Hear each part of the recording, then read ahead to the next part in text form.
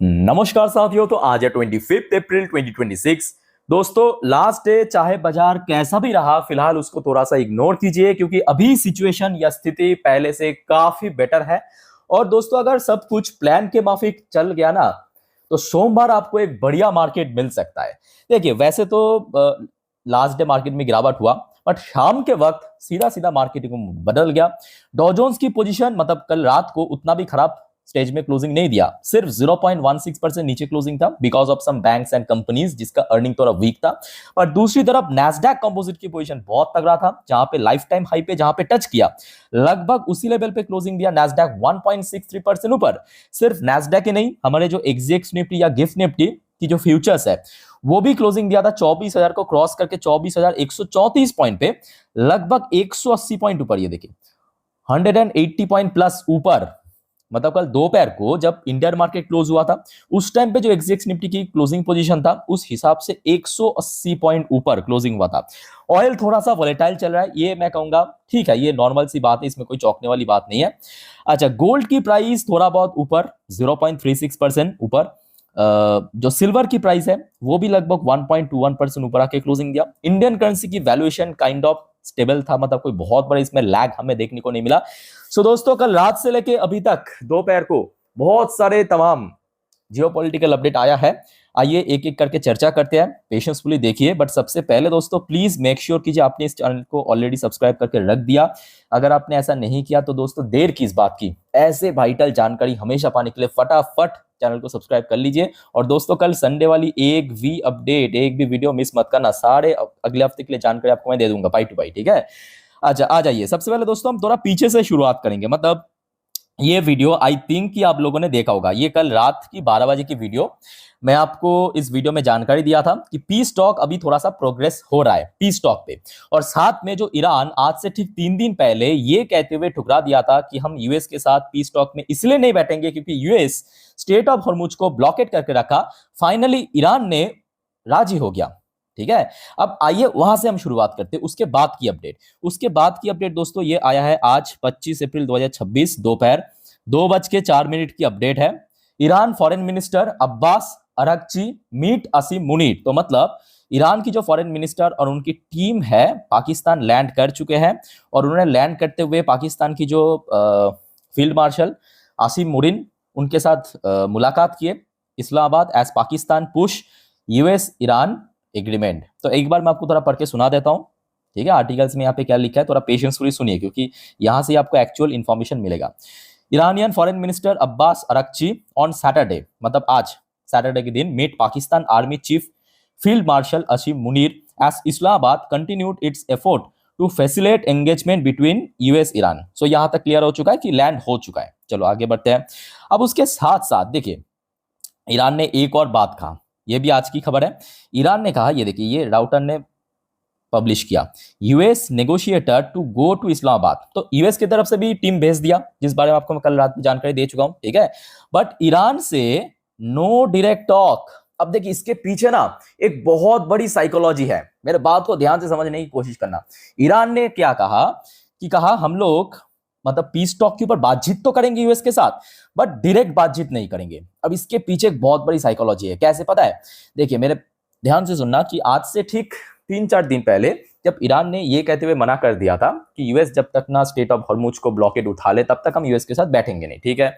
सबने कहा था कि वाह वाह किया था ईरान की, अरे वाह झुका नहीं है, बहुत बढ़िया, आगे बढ़ते जाइए। बट दोस्तों जो आपको मैं प्रैक्टिकली समझाया था पिछले 2 दिन पे मैप ओपन करके, आई थिंक आपको याद है, मैं आपको कहा था यूएस की जो ये मास्टर स्ट्रोक है स्टेट ऑफ हॉर्मुज को ब्लॉक करना, वो ईरान के लिए बहुत बड़ा नुकसानदायक पहुंचेगा क्योंकि ईरान की जो टोटल सप्लाई चेन वो स्टेट ऑफ हॉर्मुज होके ही गुजरता है।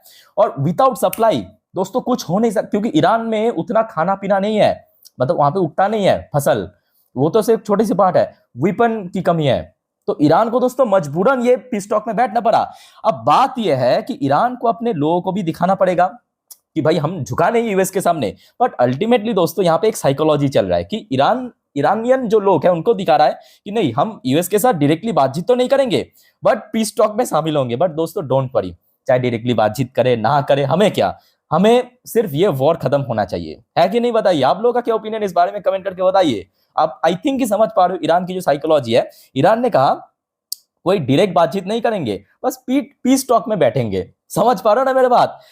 ऐसा कुछ भी नहीं है, ये भी एक साइकोलॉजिकल गेम खेल रहा है ईरान। बैठेंगे दोनों ही पक्ष, बीच में पाकिस्तान बैठेंगे, अब यहाँ पे फिर से बातचीत शुरू होगा।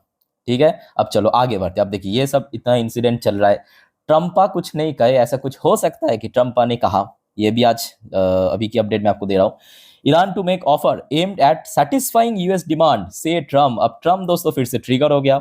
वैसे इगोइस्टिक लोग हैं, ठीक है, कुछ भी बतियाता रहता है, कुछ भी कहता रहता है। इनके बात को तो खैर हम 50% सही होता है, 50% झूठ होता है। अब क्या कहा देखिए, US president Donald Trump told Reuters, मतलब जो मीडिया है, ऑन फ्राइडे, मतलब उनके हिसाब से फ्राइडे, हमारे पे Saturday, that Iran plan to make an offer aimed at satisfying US demand as peace talks were expected to resume Pakistan. They are making a offer where we have to see.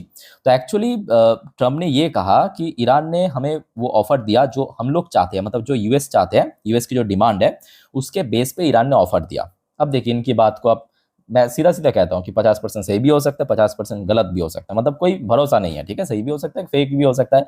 अब ultimately जो मुझे लग रहा है कि अभी एक सही डायरेक्शन पे ये मतलब आगे बढ़ रहा है। सो आशा रखता हूँ कि अगर आज रात में, अब देखिए यहाँ पे कोई क्लियरली कहीं पे भी कोई भी मीडिया में मेंशन नहीं किया कि कब से ये पीस टॉक शुरू होगा, कैसे होगा, कब तक चलेगा, बट आशा रखता हूँ क्योंकि दोनों ही देश की जो डेलीगेशन टीम है वो ऑलरेडी पहुंच चुका है। ठीक है, यूएस की तरफ से ही पहुंच चुका है, ईरान की तरफ से ही पहुंच चुका है। तो आशा रखता हूं कि कल परसों के बीच आपको कुछ ना कुछ खुशखबर मिल सकता है। ठीक है, लेट्स सी क्या होता है, और इस बारे में कुछ भी जानकारी मिल गया मेरे तक, मैं जरूर आपको इन्फॉर्म कर दूंगा। सिर्फ आप चैनल को दोस्तों फॉलो करते जाइए और जो भी वीडियो मैं डालूंगा बस आप देखते जाइए। अब दोस्तों एक और बढ़िया काम ईरान ने किया। अब देखिए इसके थ्रू मैं आपको बार बार कह रहा हूं कि देखिए अभी जो इंसिडेंट हो रहा है ना, या जो डिसीजन आ रहा है ईरान की तरफ से, वो कहीं ना कहीं एक सिग्नल है कि अभी ईरान भी चाहते हैं ये वॉर जल्द से जल्द रुक जाए। और यूएस देखिए, यूएस तो पहले से ट्रैप्ड हुआ है, बट यूएस ने जो रिसेंटली डिसीजन लिया है स्ट्रेट ऑफ हॉर्मुज को ब्लॉकेट करके, वो ईरान को भी ट्रैप्ड कर दिया। और ईरान जिस वजह से अभी चाहते हैं, ईरान ने अभी क्या किया, जितने भी कमर्शियल फ्लाइट उसको खोल दिया। आप समझ पा रहे हो ना मैं आपको क्यों बार बार कह रहा हूँ कि वो जो स्ट्रेट ऑफ हॉर्मुज कितना इंपॉर्टेंट है ईरान के लिए, उसको ब्लॉक कर दिया तो सप्लाई चेन बंद। तो जिस वजह से ईरान को भी मजबूरन जो अपना कमर्शियल फ्लाइट उसको ओपन करना पड़ा।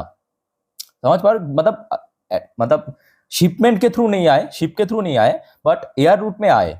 Iran resume commercial flight to Tehran international airport first time since conflict. पहली बार लगभग 2 महीने होने जा रहा है। तो इसके पीछे कारण यही है दोस्तों। ठीक है, तो आशा रखता हूं कि जल्द से जल्द खत्म हो जाएगा, तो मतलब हम लोगों के लिए भी बढ़िया। पर इसके बीच में ना ये जो मतलब ये जो देश है पाकिस्तान, जिसको हम प्यार से खचरा कहते हैं, ये बेटा पिट रहा है बहुत ज्यादा। आप कहेंगे पिट कैसे रहा है, मतलब ये तो अच्छा काम कर रहा है, सब पूरे दुनिया इसको वाह वाह कर रहा है, तो ऐसी बात नहीं है। देखिए मीडिएटर और दलाल में फर्क है। भारत जो पाकिस्तान को टैग दिया ना, दलाल, वो एकदम सही है। देखिए ईरान, अब यहाँ पे ये यूएस और ईरान के पीस टॉक में जो अभी खबर मिल रहा है कि पाकिस्तान में टोटल लॉकडाउन हो चुका है। अब इसको दलाल नहीं कहेंगे क्या, मीडिएटर मतलब अलग है। मीडिएटर की काम होता है कि यार ठीक है, दोनों ही पक्ष की जो विचार है, जो डिमांड है, उसको सामने रखते हुए सुलझाना। बट ये बेसिकली एक टाइप की दलाल ही है कि बस हाँ तुम आ जाओ, अब आप आपस में बातचीत कर लो और हम लोग मरे। मतलब स्थिति समझ पा रहे हो, पाकिस्तान में पूरा लॉकडाउन हो चुका है इस सबके चक्कर में। तो कुल मिला के मैं कहूँगा पहले से स्थिति बेटर है, मतलब जो जिस प्रकार की माहौल पिछले 2-3 दिनों से चल रहा था उससे तो काफी बेटर है। बट ये भी फैक्ट है कि जब तक ना दोनों ही पक्ष की तरफ से ये डिक्लेरेशन हो जाए कि हाँ चलो फलाना दिन से या जो भी है आज से ये वॉर टोटल खत्म, परमानेंटली सीज फायर हो चुका है, तब तक आई थिंक कि मार्केट थोड़ा अनसर्टेन बनेगा।